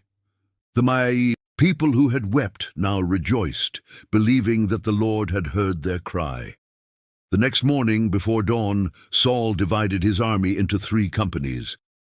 While darkness still covered the land, the Israelites moved quietly toward the Ammonite camp. The enemy slept in confidence. Nahash believed victory was already his. He did not know that the Lord had united Israel behind its king. As the first light of morning appeared upon the horizon, Saul gave the signal. The Israelites charged into the camp from every direction. Confusion spread among the Ammonites. Before they could form their ranks, the men of Israel were already among them. The battle raged until the heat of the day. When it ended, the Ammonite army had been completely scattered. The scriptures record that no 2 of them were left together. The city of Jabesh Gilead had been delivered. Israel's first king had won his first battle. The victory echoed throughout the nation. The people who had once questioned Saul now looked upon him with new eyes. Some remembered the men who had mocked him at Mizpah. They came before Samuel and demanded, "Who is it that said, 'Shall Saul reign over us?' Bring the men, that we may put them to death." But Saul answered, "Not a man shall be put to death this day, for today the Lord has worked salvation in Israel." He claimed no glory for himself. He gave the victory to the Lord. Then Samuel said to the people, "Come, let us go to Gilgal, and there renew the kingdom." And all the people went to Gilgal. There they made Saul king before the Lord. They offered sacrifices of peace offerings before the Lord. And there Saul and all the men of Israel rejoiced greatly. The battle against the Amalekites had ended. The smoke of war slowly disappeared from the valleys, but another conflict had already begun, a battle that no sword could win. Saul returned from the victory, convinced he had pleased the Lord. The people celebrated. The soldiers spoke of another successful campaign. The king himself believed he had obeyed God's command. Yet appearances often hide the truth. When Samuel approached the camp at Gilgal, he saw something that troubled his heart. A monument. Saul had set up a monument in his own honor. The prophet continued toward the camp. As Samuel came near, Saul greeted him with confidence. "Blessed be you to the Lord. I have performed the commandment of the Lord." For a brief moment, silence. Then Samuel asked a question that echoed throughout history. "What then is this bleating of the sheep in my ear sand? The lowing of the oxen that I hear?" The sounds of the animals filled the air. They were the very animals God had commanded Israel to destroy. Saul answered, "They have brought them from the Amalekites, for the people spared the best of the sheep and of the oxen to sacrifice to the Lord your God, and the rest we have devoted to destruction." Samuel raised his hand. "Stop!" The camp grew quiet. Every eye turned toward the prophet. "I will tell you what the Lord said to me this night." Saul answered, "Speak." Samuel looked steadily at the king. The same man he'd once anointed with oil, the same man who had hidden among the baggage, the same man whom God had chosen to lead his people. "Though you are little in your own eyes, are you not the head of the tribes of Israel? The Lord anointed you king over Israel." The prophet reminded Saul of the mission God had given him, to destroy Amalek completely, to leave nothing alive. Then Samuel asked the question Saul could not escape. "Why then did you not obey the voice of the Lord? Why did you pounce on the spoil and do what was evil in the sight of the Lord?" Saul defended himself. "I have obeyed the voice of the Lord. I have gone on the mission on which the Lord sent me. I have brought Agag, the king of Amalek, and I have devoted the Amalekites to destruction. But the people took of the spoil, sheep and oxen, the best of the things devoted to destruction, to sacrifice to the Lord your God in Gilgal." Saul continued to shift the blame, first to the people, then to the sacrifice. But obedience cannot be replaced by good intentions.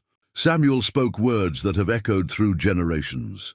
"Has the Lord as great delight in burnt offerings and sacrifices as in obeying the voice of the Lord?" Another silence. Then came the answer. "Behold, to obey is better than sacrifice, and to listen than the fat of rams." The prophet's voice grew even stronger.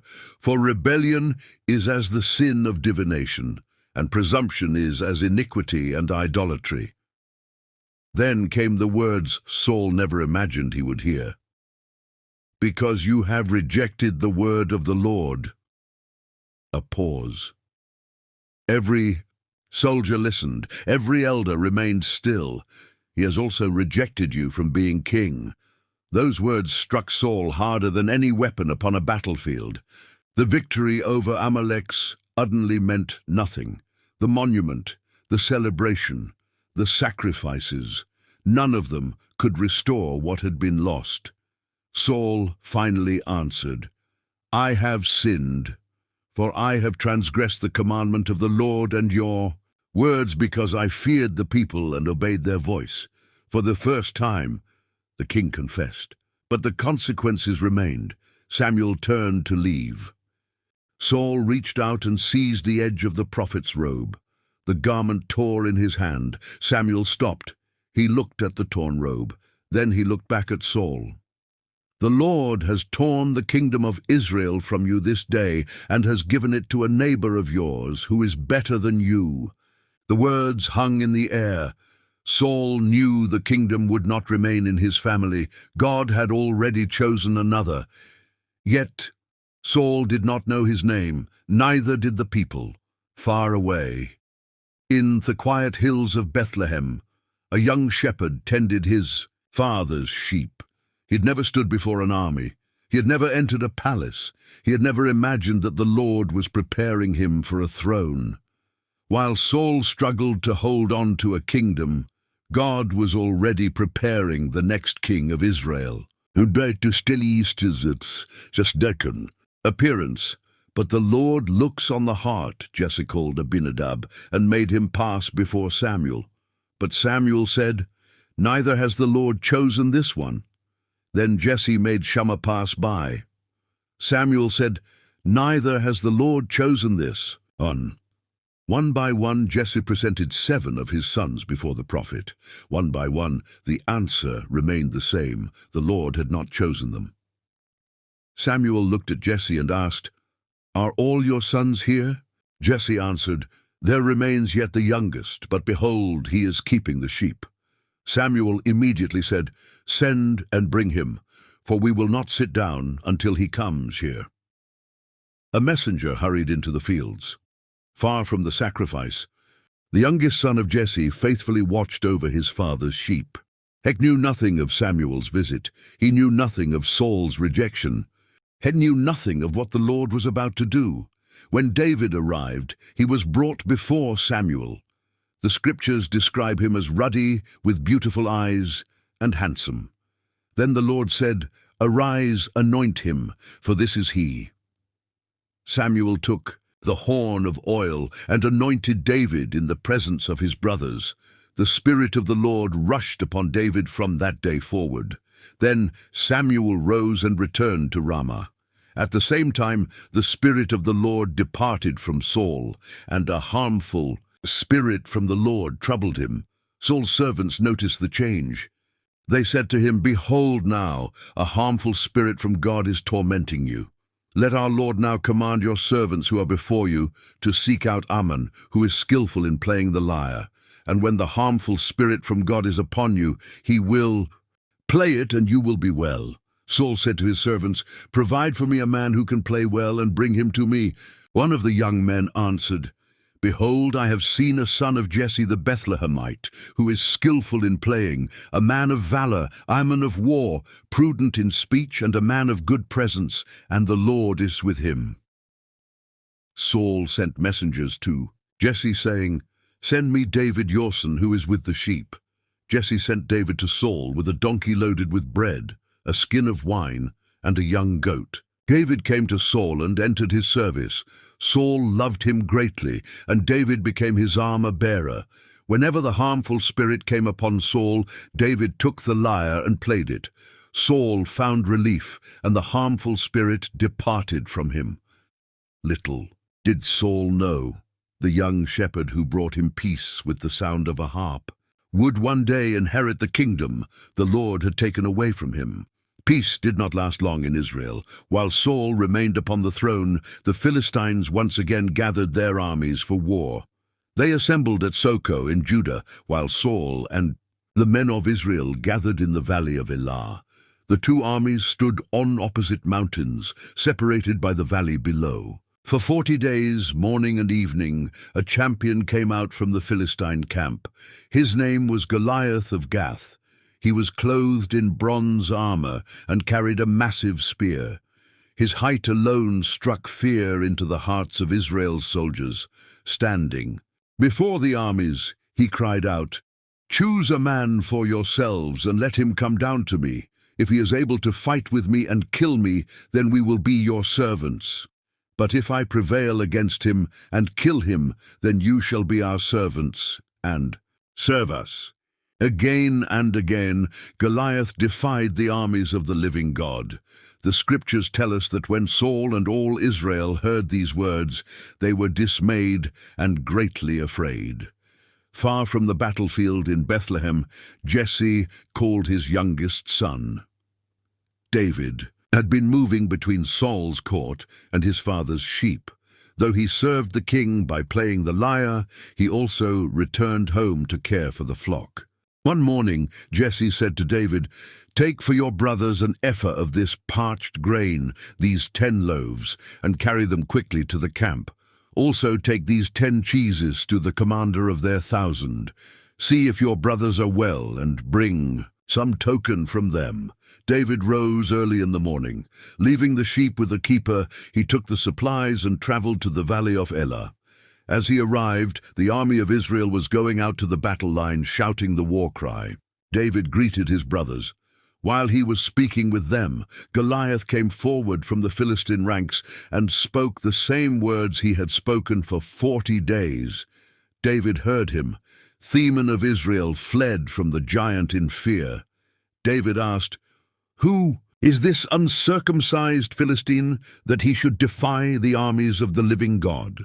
His oldest brother, Eliab, became angry with him, but David continued asking about the giant.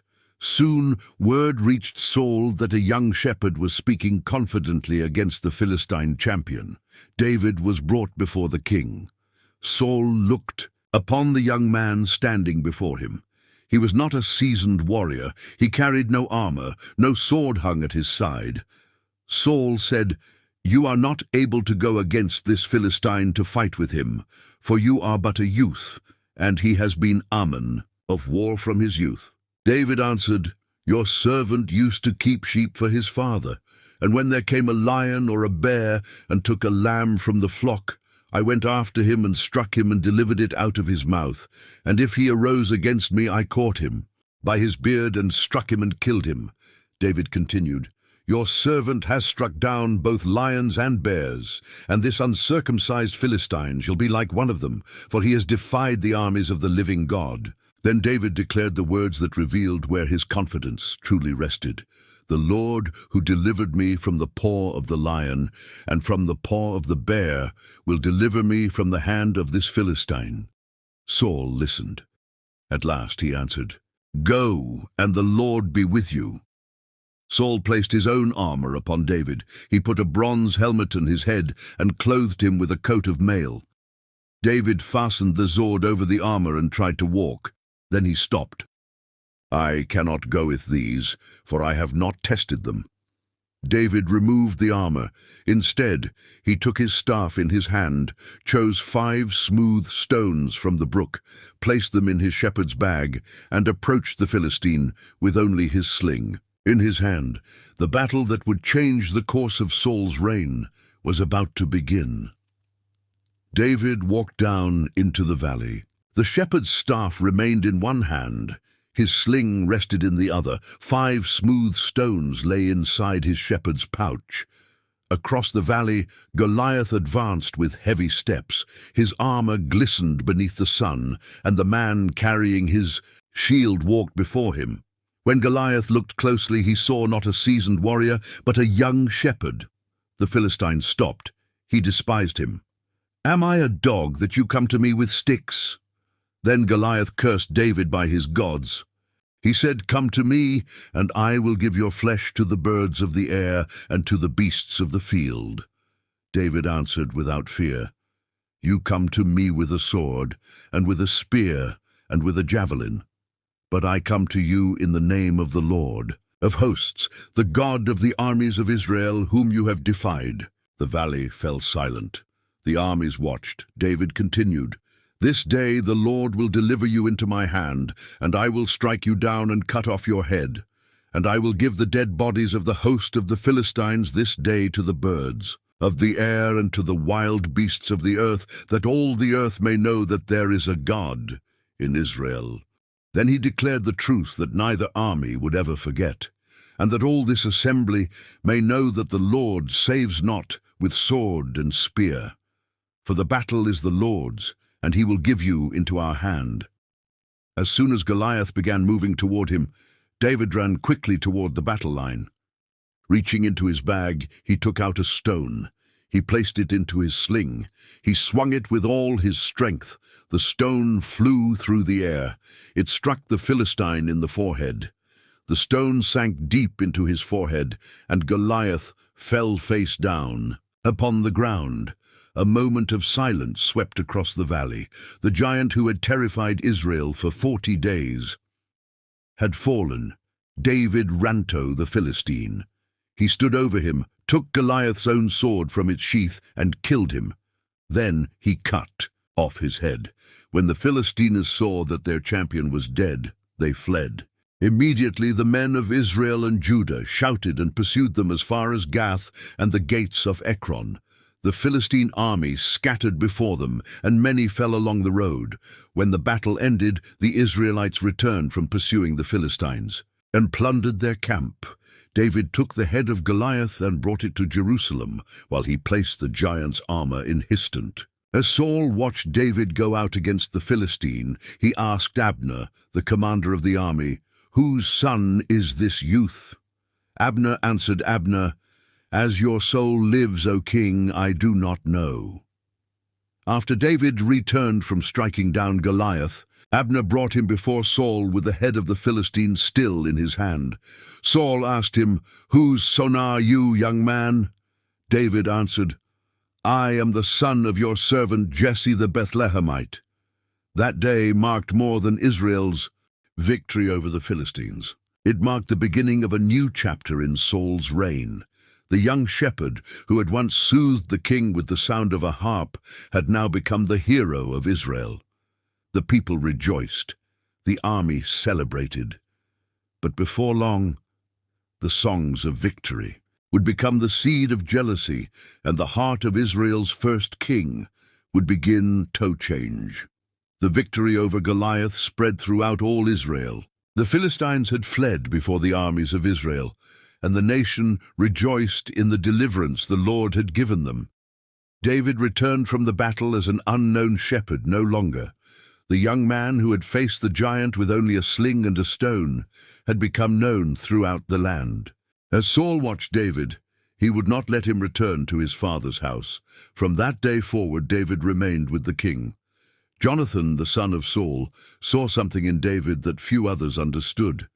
Their hearts were knit together, and Jonathan loved David as himself. He made a covenant with David, giving him his robe, his armor, his sword, his bow, and his belt. Wherever Saul sent David, he acted wisely. He succeeded in every task the king gave him. Saul placed him over the men of war, and all the people accepted him, as did Saul's servants. When the army returned from defeating the Philistines, the women came out from the cities of Israel with singing and dancing. They celebrated with tambourines, songs of joy, and musical instruments. As they sang, their voices echoed through the streets. Women, Saul has struck down his thousands, and David his 10,000s. The words pleased the people, but they greatly displeased the king. The scriptures tell us that Saul was very angry. He said, "They have ascribed to David 10,000s, and to me they have ascribed thousands. And what more can he have but the kingdom?" From that day on, Saul looked at David with suspicion. Thievery next day, a harmful spirit from God came upon Saul, while David played the lyre as he had done. Before Saul held a spear in his hand, without warning. Saul hurled the spear. He thought, "I will pin David to the wall." But David escaped him. Twice Saul became afraid of David. The Lord was with David, but had departed from Saul. The king removed David from his presence and made him commander. Over 1,000 men. David continued to go out before the people. In everything he did, he prospered. The Lord was with him. The more Saul watched David succeed, the greater his fear became. All Israel and Judah loved David because held them in battle. Saul sought another way to destroy him. He offered his daughter Merab in marriage, hoping David would die fighting the Philistines. But the plan failed. Later, Saul learned that his daughter Michal loved David. This pleased him. He thought, Let her be a snare for him. Saul demanded 100 Philistine foreskins as the bride price, hoping the Philistines would kill David. Instead, David struck down 200 Philistines and brought the full number to the king. Saul gave Michal to David as his wife. When Saul saw and knew that the Lord was with David and that Michal loved him, he became even more afraid. The scriptures say, "So Saul was David's enemy continually." From that day forward, the conflict was no longer against the Philistines. It had entered Saul's own heart. The jealousy that had begun with a song had become a consuming fire. And the king who had once been chosen by God now spent his strength pursuing the man whom God had chosen next. From that day forward, Saul's heart was no longer at peace. The victories he had once celebrated no longer brought him joy. Every report of David's success stirred something deeper within him. The shepherd from Bethlehem had become a mighty warrior, respected by the army, loved by the people, and blessed by the Lord. Saul saw it, he could not escape it. The Spirit of the Lord was with David, but it had departed from him. Determined to destroy David, Saul spoke to his son Jonathan and to all his servants, commanding them to kill him, but Jonathan loved David greatly. He warned his friend and pleaded with his father, "Jonathan, let not the king sin against his servant David, because he has not sinned against you, and because his deeds have brought good to you. For he took his life in his hand and struck down the Philistine, and the Lord worked a great salvation for all Israel. You saw it and rejoiced. Why then will you sin against innocent blood by killing David without cause?" Saul listened to his son. For a moment the hardness of his heart gave way. He swore an oath, "As the Lord lives, he shall not be put to death." Jonathan called David and told him everything. David returned to Saul's service, and for a time things appeared peaceful once again. But the peace did not last. War broke out again with the Philistines, and David went out to fight. The Lord gave him victory, and the Philistines fled before him. When David returned, the harmful spirit came upon Saul once more. David sat before the king, playing the lyre as he had done many times before.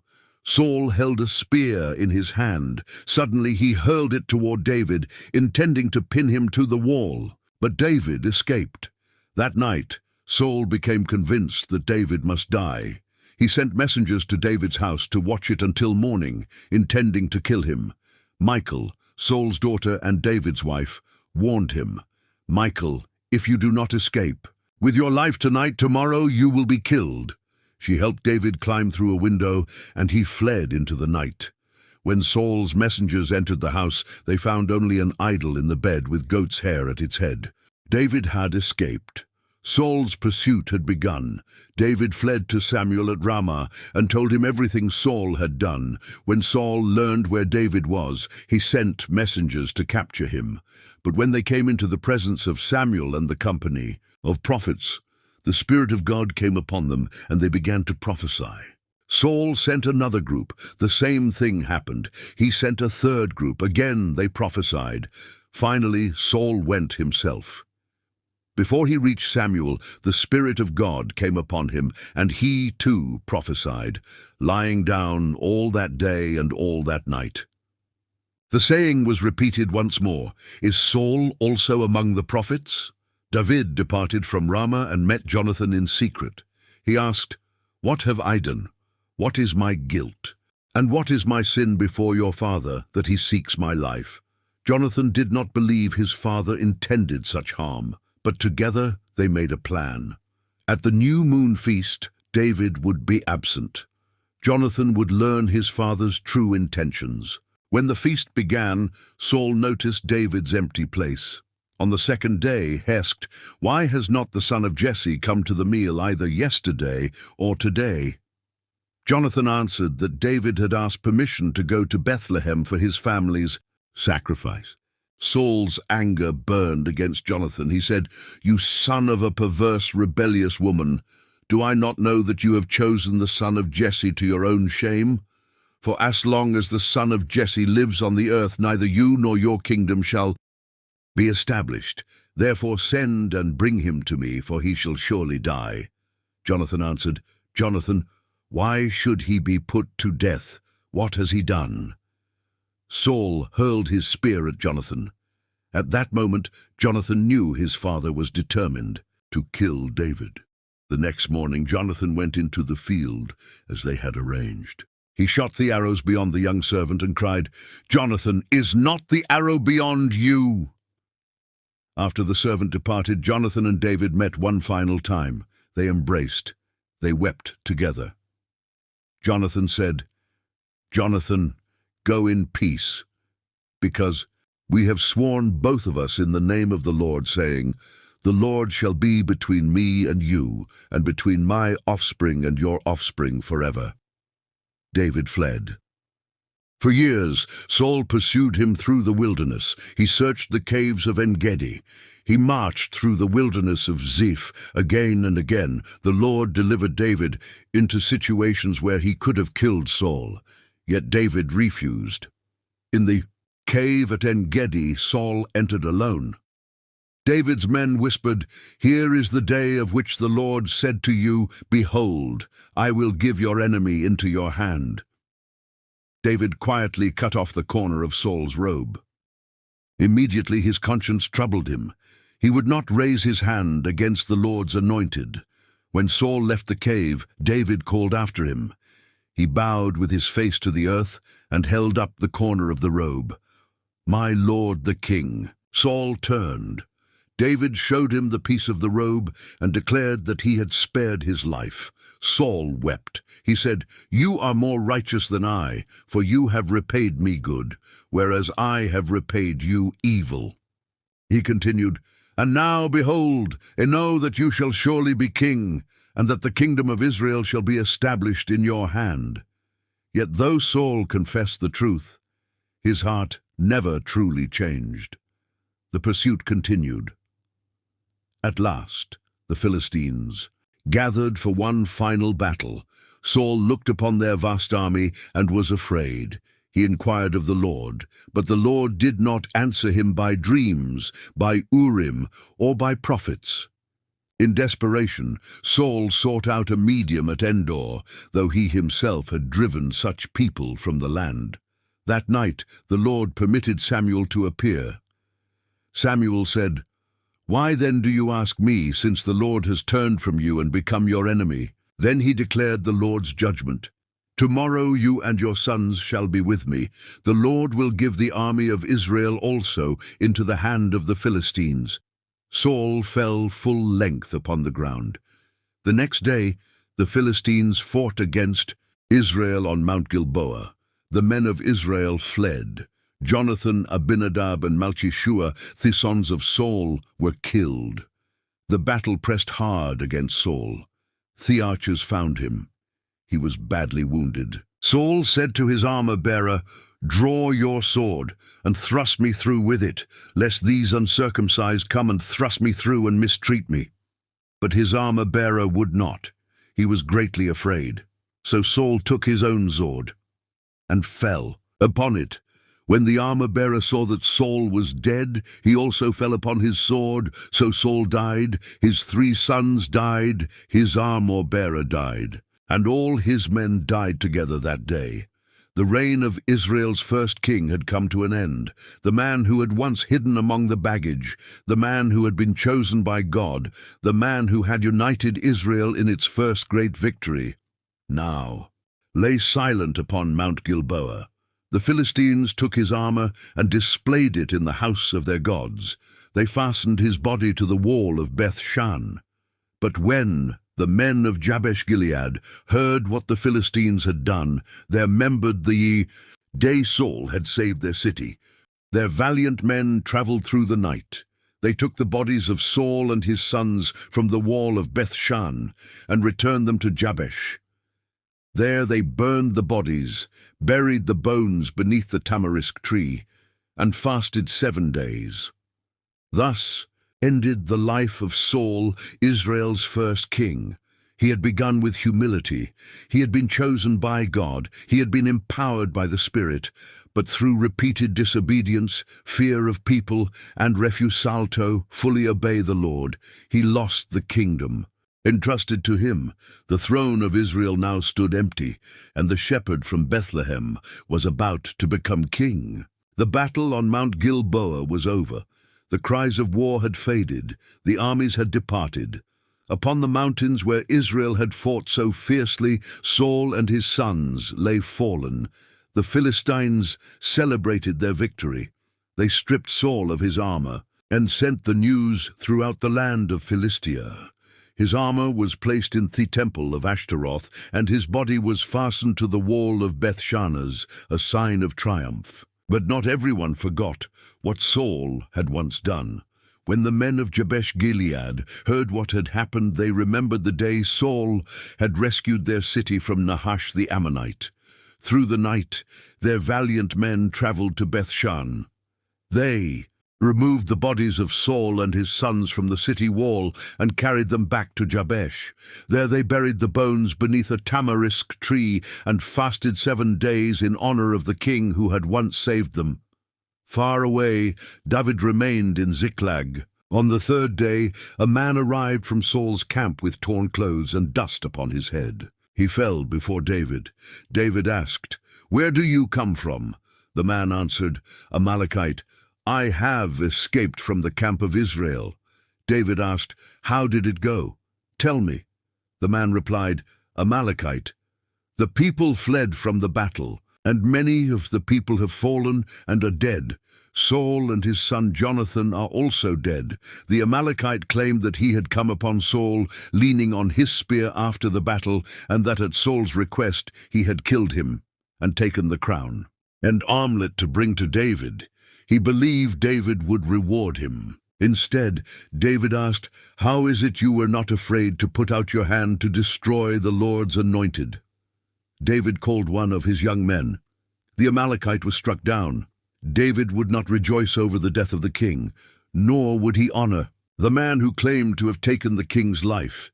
Then David and all the men with him tore their clothes. They mourned, they wept. They fasted until evening for Saul, for Jonathan, for the people of the Lord, and for the house of Israel, because they had fallen by the sword. Then David composed a lament. He commanded that it be taught throughout Judah. He sang, "Your glory, O Israel, is slain on your high places, how the mighty have fallen." He continued, "Saul and Jonathan, beloved and lovely, in life and in death they were not divided. They were swifter than eagles. They were stronger than lions." David called upon the daughters of Israel to weep for Saul, remembering how he had clothed them in scarlet and adorned them with ornaments of gold. David stood in silence after speaking Jonathan's name, his eyes fixed toward the distant mountains where his friend had taken his final breath. Memories flooded his mind, one after another. He remembered the first time Jonathan had embraced him, after the defeat of Goliath, recognizing not a rival, but a brother. He remembered the covenant they had sworn before God, promising lifelong loyalty regardless of what the future might bring. He remembered Jonathan secretly warning him of Saul's growing anger, risking his own life to protect the man whom his father considered an enemy.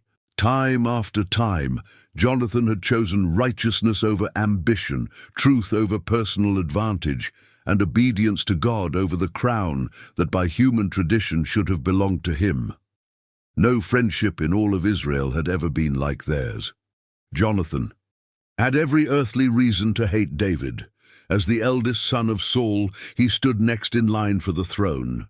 David's rise meant Jonathan's earthly inheritance would disappear.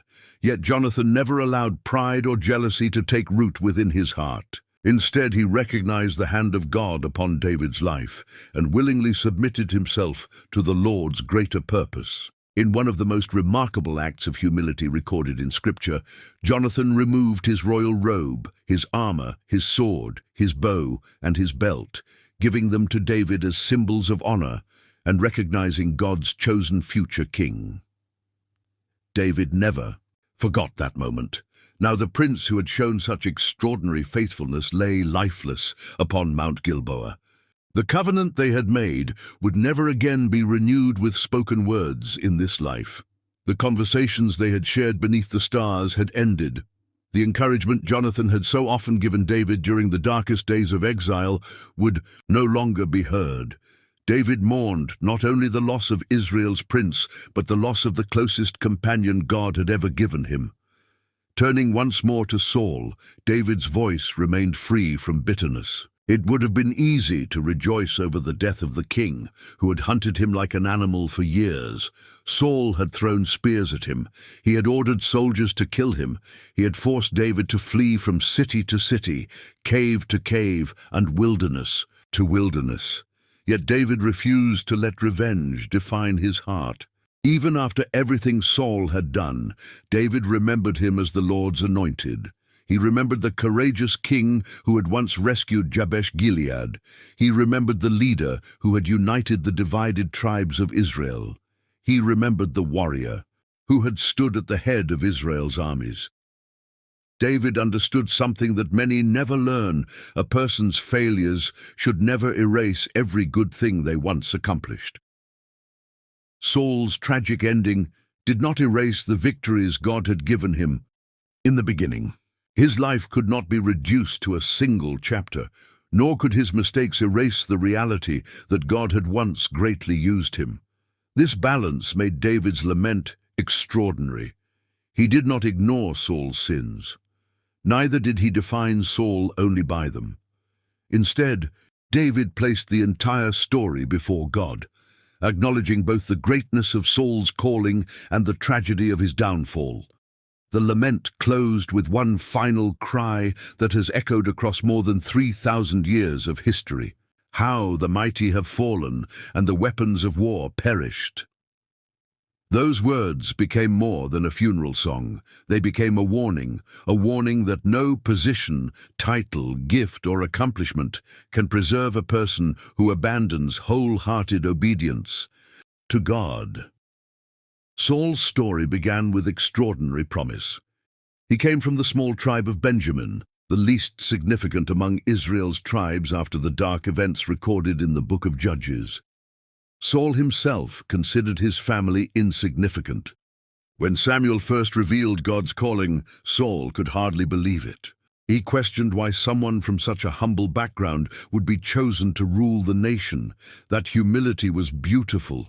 God delights in lifting up those who recognize their need for him. Samuel privately poured sacred oil upon Saul's head, declaring that the Lord had chosen him to shepherd his inheritance. Almost immediately, everything changed. The Spirit of the Lord rushed upon Saul with power. His heart was transformed. He prophesied among the prophets, astonishing those who had known him before. Israel witnessed a remarkable work of God, proving that divine calling is not based upon human ability, but upon God's sovereign choice. When Nahash the Ammonite threatened Jabesh-Gilead with unspeakable cruelty, Saul was filled with righteous zeal. The Spirit of God empowered him to unite the tribes as one nation. Israel marched together under a single leader and won a decisive victory. The people rejoiced, and Saul refused to take personal glory, acknowledging that it was the Lord who had brought salvation to Israel. How different everything looked then. If history had ended at that moment, Saul would have been remembered only as a faithful deliverer. But life is not measured by how we begin, it is measured by how faithfully we continue. As the years passed, victories multiplied, but so did hidden compromises. Small acts of disobedience slowly shaped Saul's character. What first appeared to be isolated mistakes gradually revealed a deeper problem, a heart increasingly unwilling to trust God's timing and God's commands completely. He feared losing the people's approval. He feared losing his throne. He feared David's growing popularity. Ironically, the very things Saul fought so desperately to protect slipped away because he relied upon his own strength instead of the Lord's. His greatest enemy was never David. His greatest enemy was the pride growing quietly within his own heart. That pride blinded him. It convinced him that partial obedience was sufficient. It persuaded him that appearances mattered more than surrender. It led him to value public reputation above private faithfulness. One decision led to another. One compromise opened the door for the next. Eventually, the king who had once listened carefully to Samuel no longer listened to God at all. When heaven seemed silent, Saul sought answers from forbidden sources, visiting the medium at Endor despite previously enforcing God's law against such practices. The irony was heartbreaking. The king who had once defended God's covenant now violated it in his desperation. The following day, everything collapsed. On Mount Gilboa, the Philistines overwhelmed Israel's army. Jonathan fell, Abinadab fell, Malchi-Shua fell. One by one, Saul's sons died beside their father. Then Saul himself fell upon his own sword. The crown rolled into the dust. The royal armor was stripped away. The mighty king became another casualty of war. Soon the Philistines displayed Saul's armor in the temple of their false gods and fastened his body to the walls of Beth-shan as a public symbol of victory. But brave men from Jabesh-Gilead, the very city Saul had rescued decades earlier, risked their own lives under the cover of darkness to recover the bodies of Saul and his sons. Their courage demonstrated that kindness shown years earlier had never been forgotten. Even after death, Saul's earlier acts of faithfulness still inspired loyalty. That too is part of his legacy. Saul's life stands as one of the most profound character studies in all of Scripture. He teaches us that gifts are not enough, talent is not enough, position is not enough, charisma is not enough, even a dramatic spiritual beginning is not enough. What God desires above all else is a heart that remains humble, teachable, obedient, and dependent upon Him every day of life. The tragedy of Saul is not that God failed him. The tragedy is that Saul slowly drifted away from the God who had never stopped reaching toward him. Yet even through Saul's failures, God's purposes never failed. Long before Saul's final battle, God had already prepared another king, not a king chosen because of impressive height, not a king chosen because of outward appearance, but a shepherd after God's own heart. David had spent years waiting, hiding, trusting, learning, and refusing to seize the throne by force. Every cave, every wilderness, every trial had become part of God's preparation. Now that season was ending. The shepherd from Bethlehem would soon become the shepherd of a nation. Israel's greatest earthly king was about to rise, not because he was perfect, but because he continually returned to the Lord when he failed. The story of Saul had ended. The story of David was only beginning, and through David's royal line, centuries later, another shepherd king would come, the promised Messiah, Jesus Christ, whose kingdom would never end, whose throne would never fall, and whose reign would endure forever.